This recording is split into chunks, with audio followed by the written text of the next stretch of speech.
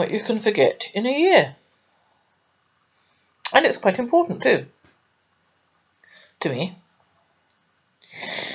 Karen Ann, the half-sister who died. I've talked about her a lot. Apparently had £550 to her name at the time, which was 1965. And apparently that translates to about £8,000 today.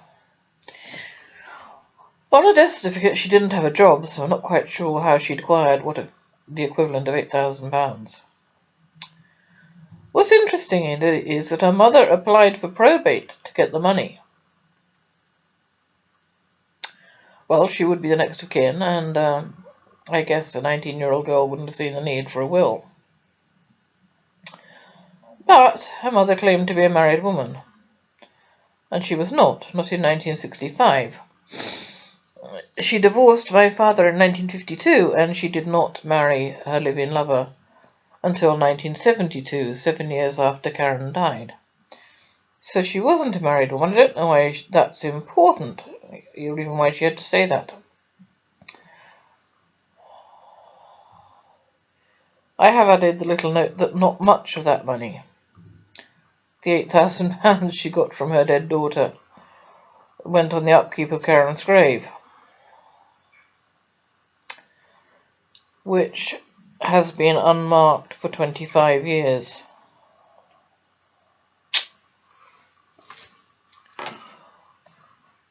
As I gather, I should phone them, because they seem to be trying to tell me something when I was there that I was missing.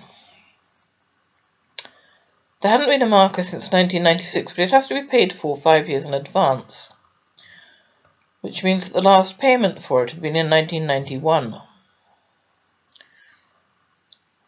And I, for some reason, assumed that her stepfather was paying for it.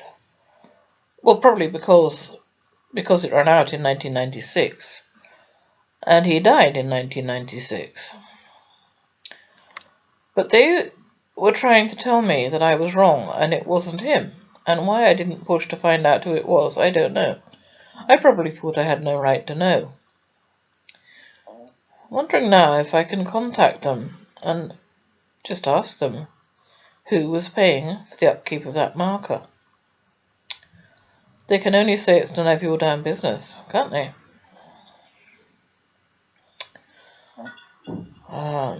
Although I suppose I could send copies of my birth certificate and Karen's, showing that we have the same father. On which topic? I've been thinking yet again. When I went for a drive with my father, and he told me about Karen's existence, and in the same conversation told me she was dead.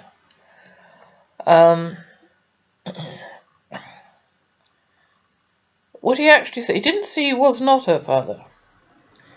He said, I couldn't have been her father, with a kind of question mark at the end. I couldn't have been her father. Didn't seem to be really certain about that. And the same question over and over and over again. If he was certain, all he had to do was take a paternity test. Because if he is my father and my brother's father, the only blood group he could have is a subgroup of the blood group B. And that's rare. He would automatically have been eliminated if that was his blood group, and all he had to do was take that blood test. And as I've also said, he could then have divorced Enid and married my mother.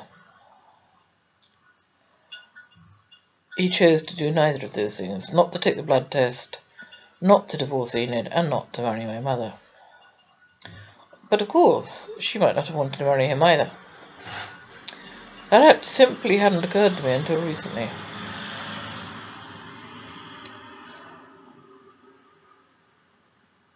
I think it's fairly obvious that from 1947 onwards, if not before, she knew what she was landed with.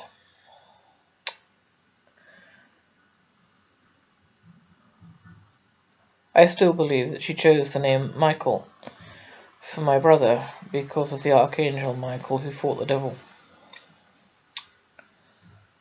And it doesn't quite end there either.